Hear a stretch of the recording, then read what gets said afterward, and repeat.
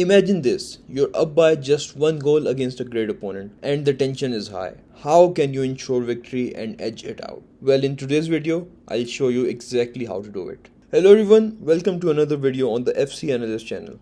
Today is one of the most important videos on this channel. We do not have anything fancy like a 3 at the back or a 5 at the back, but we have one of the most essential formations in the history of FC or FIFA. Yes, I'm talking about the 4-2-3-1 formation, and I will be explaining how you can make the most of it, so make sure to watch till the very end. So why the 4-2-3-1?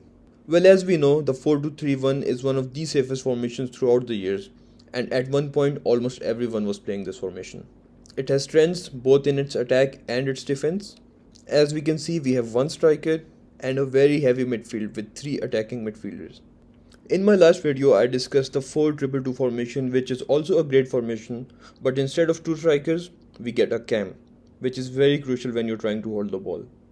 Defensively, we have 2 CDMs which will be helping us in the defense as well as in the playmaking, which I will be discussing with you in a second.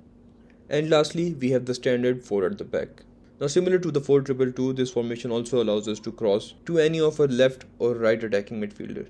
And if we have a tall and strong player, we can knock the ball down and assist our striker. And like I've discussed before, at this point in the game, the L1 triangle lob balls are truly unstoppable. So we can trigger runs with the L1 and make those passes as well. But in my opinion, the biggest strength of this formation is the first touch passes. This formation will help you just make those tiki-taka passes relentlessly and help you keep that lead. Now the tactics. Our defensive style is going to be balanced, because like I always say, anything else comes with its risks. And for keeping a lead, balanced is the most appropriate. Some YouTubers might suggest drop back, but that is just stupid. Do not follow that advice at all. Our defensive width is going to be 45. We want a neutral width. Not something too wide, not something too narrow. And we will keep it compact in the center with the 2 CDMs. Our depth will be 65. Now we could go for something like 71 depth, or we could go for 100 depth. Now firstly, 100 depth, when you're trying to hold a ball, edge out a victory, 100 depth is simply too risky. Do not do it. Then we have 71 depth. The only difference between 71 depth and 65 depth is the auto offside traps. If you want the auto outside traps, go for 71 depth. But do keep in mind it comes with its risks. And when I'm trying to edge out a victory, I do not want any risk. So what I suggest is the 65 depth, which is a neutral depth. We want to defend deep and manually, as compared to the 100 depth in the 4-2-2 formation, which we discussed early. However, there will still be a lot of pressure in the game and you will be winning the ball back. Our build-up play is going to be balanced. Balanced because we do not want to take any risks. Like I said, similar to defensive styles, offensive build-up play also comes with its pros and cons. So balanced is where it's at. Now in our chance creation, I want you to keep it at possession. Some YouTubers might suggest direct passing. Well, direct passing also works, but if you're trying to keep a lead, if you're trying to edge out that victory, you want to have as much possession as possible. Remember, your goal is not to score more goals, you just want to keep the lead and win the game. So go for possession. Now our offensive width, keep it at 50 or 55 to provide you with a little bit of width. Players in the box, either keep it at 4 or no more than 5. Do not go for 6 because that could create openings for your opponent. So 4, or let's keep it at 5. Corners will be 1.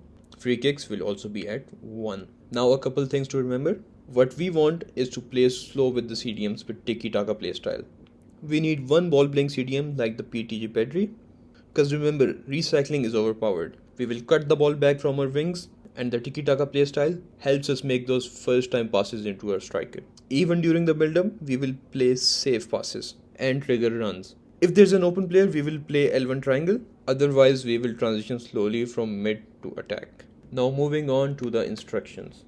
Now starting with the striker, we will keep him at stay central, and defensive support will be come back on defense. Everything else will stay at default. Our cam, everything will be at balanced other than defensive support, which will be come back on defense. Our left attacking midfielder will be everything default other than its support on crosses, which will be get into the box for crosses. Similar for our right attacking midfielder, everything at default, but the support on crosses will be at get into the box for crosses. Now our CDMs will be as usual, attacking support stay back while attacking, and cover center And also, like I mentioned before, that they will help us in playmaking, we need to put the positioning freedom on deep line playmaker. This will allow them to freely move and position themselves as a passing option. Our other CDM will also have the same instructions. Now our right back will be everything default, but stay back while attacking. However, our left back will be everything default. We do want him to make those occasional runs to provide an attacking option. Now guys, like I mentioned in the intro, we do not have a fancy formation like a 3 at the back or a 5 at the back, but this is a very important formation. This is a formation that I recommend every player should have in their arsenal. Because when you're playing against that tough player, you want a holding formation and keep the lead by any means possible. So guys, as always, thank you so much for watching. Leave a like and subscribe to the channel for more videos like this.